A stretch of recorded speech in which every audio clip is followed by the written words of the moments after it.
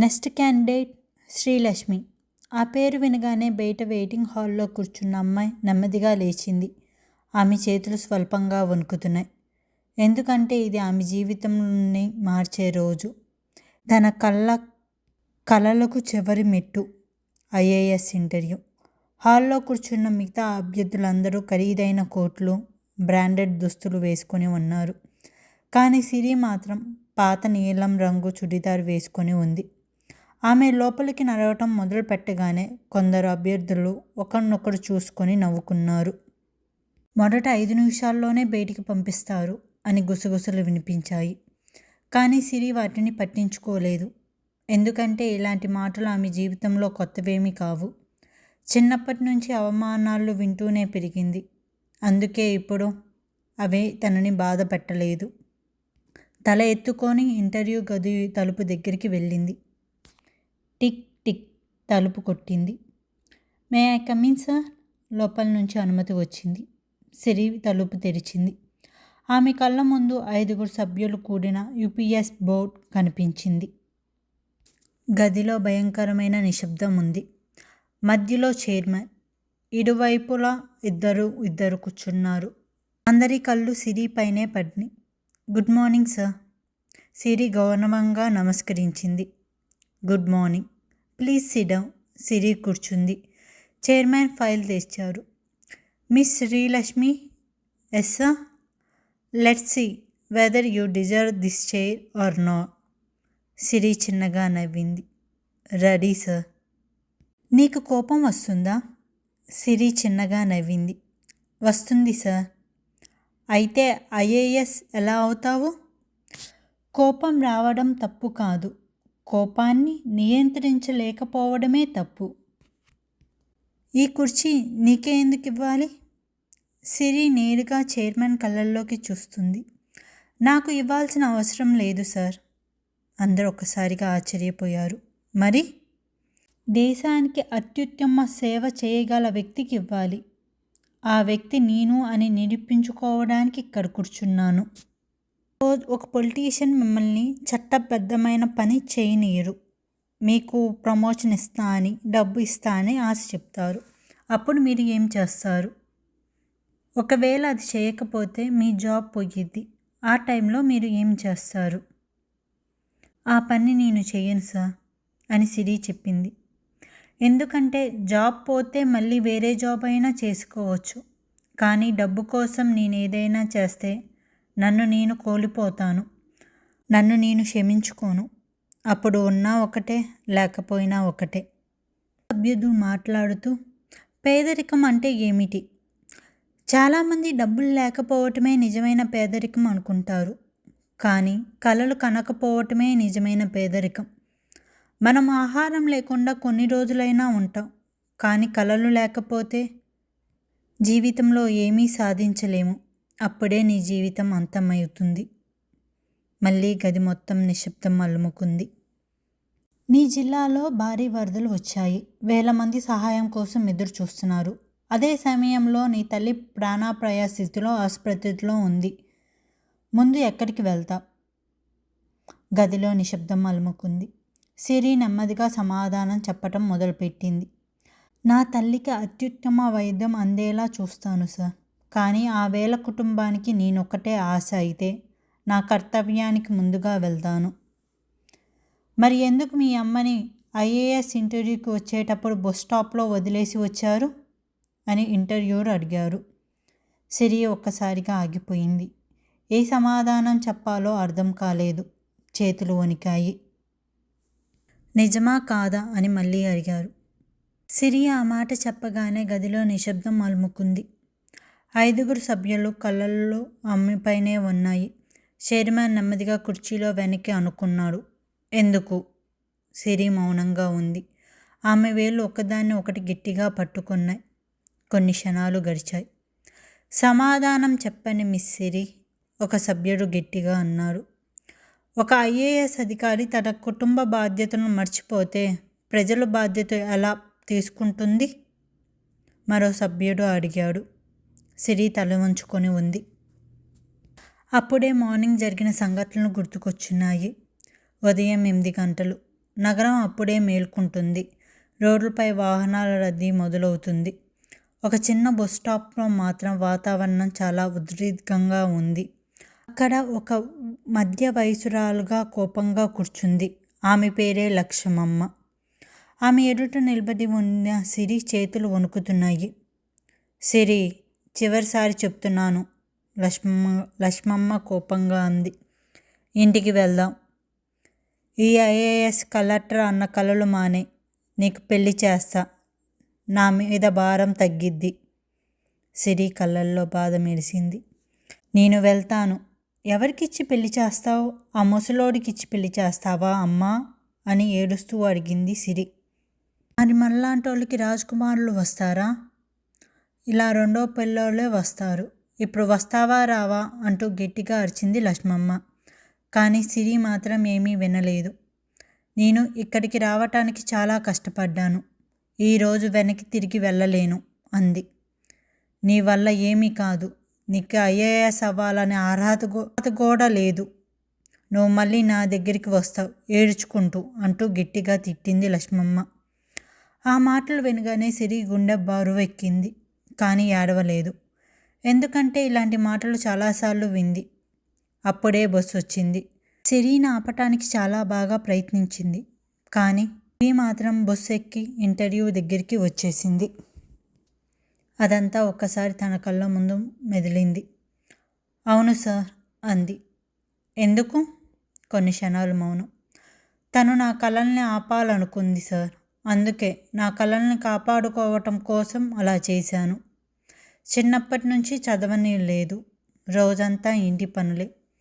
ఇతరుల ఇళ్ళలో పనిచేసి నా పరీక్ష ఫీజులు నేను కట్టుకున్నాను. రాత్రుల్లో నిద్రపోకుండా చదివాను. ఈ ఇంటర్వ్యూకి వరకు వచ్చాను.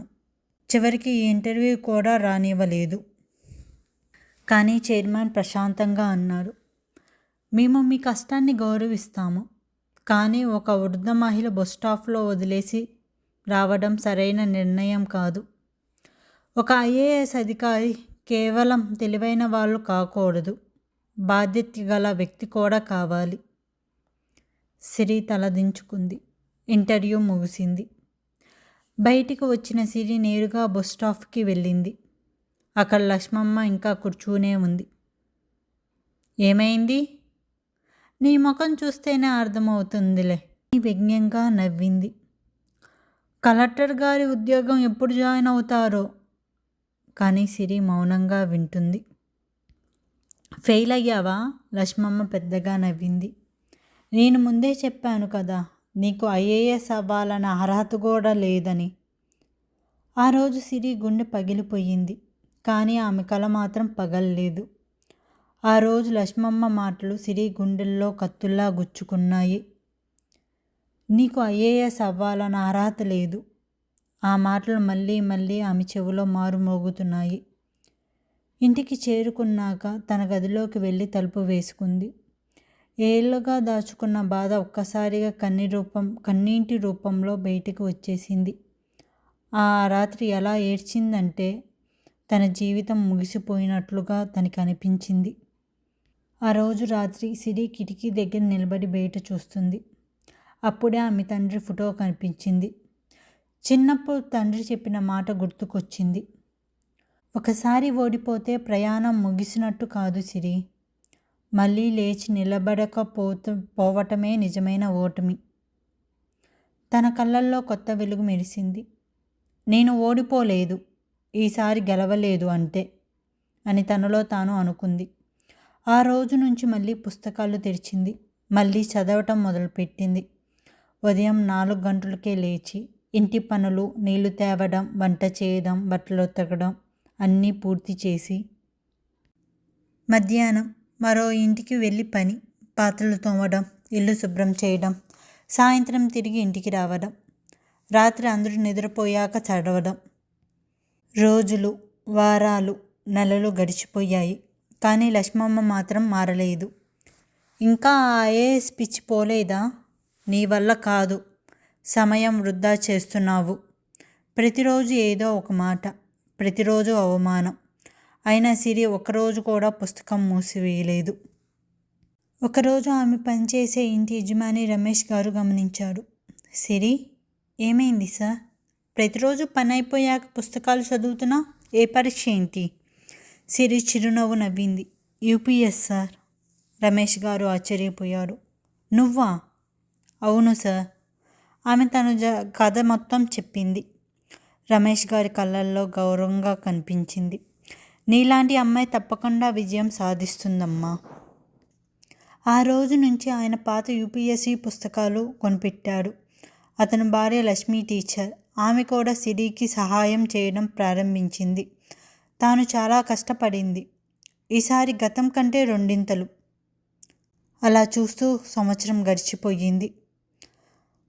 మళ్ళీ యూపీఎస్సీ ఎగ్జామ్స్ జరిగాయి. మళ్ళీ మెయిన్స్, మళ్ళీ ఇంటర్వ్యూ. ఈసారి అదే భవనం, అదే గే. కానీ సిరి మాత్రం మారిపోయింది. గతంలో భయం లేదు, కళ్ళల్లో ఆత్మవిశ్వాసం ఉంది. ఇంటర్వ్యూలో అడిగిన ప్రతి ప్రశ్నకు స్పష్టంగా సమాధానం చెప్పింది. పోయినసారి మిస్టేక్స్ ఏమీ చేయలేదు. చివర్లో చైర్మన్ చిరునవ్వు నవ్వారు. లాస్ట్ ఇయర్ కూడా మీరు వచ్చారు కదా? Yes sir. ఈ ఏడాదిలో ఏమి నేర్చుకున్నారు? సిరి నెమ్మదిగా సమాధానం చెప్పింది. Success teach lessons, but failure teachers character and determination. ఆ సమాధానం విని వాళ్ళందరూ చిరునవ్వు నవ్వారు.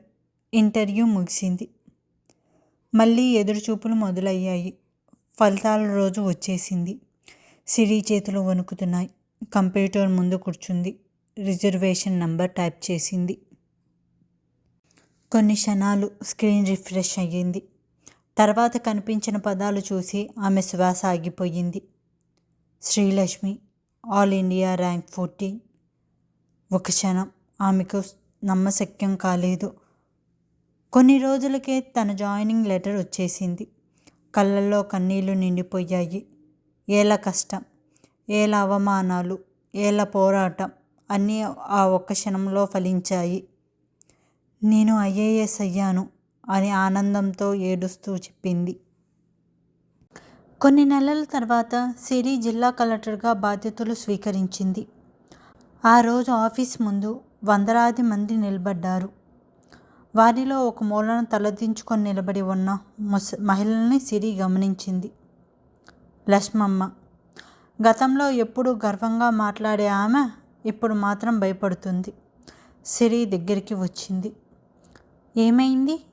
లక్ష్మమ్మ కళ్ళల్లో కన్నీళ్ళు వచ్చాయి. నన్ను క్షమించు. నేను నిన్ను ఎప్పుడూ నమ్మలేదు. నిన్ను అవమానించాను. నీ కళను ఎగతాళి చేశాను. కానీ నువ్వు సాధించావు అని ఏడుస్తాం ప్రారంభించింది. చుట్టూ ఉన్న వాళ్ళందరూ చూస్తున్నారు. సిరి కొన్ని క్షణాలు మౌనంగా నిలబడింది. తర్వాత ఒక్కసారిగా లక్ష్మమ్మ పాదాలకు నమస్కారం చేసింది. లక్ష్మమ్మ ఒక్కసారిగా షాక్ అయింది. ఏం చేస్తున్నావు? సిరి చిరునవ్వు నవ్వింది. మీరు నన్ను నమ్మలేదు. అందుకే నన్ను నేను నమ్ముకోవటం ప్రారంభించాను.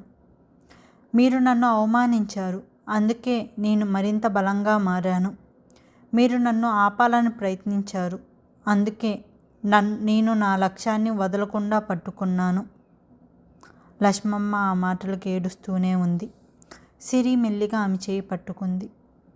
ఆ రోజు ఒక అమ్మాయి ఐఏఎస్ అధికారి మాత్రమే కాలేదు, అవమానాలను విజయంగా మార్చిన స్ఫూర్తిగా నిలిచింది.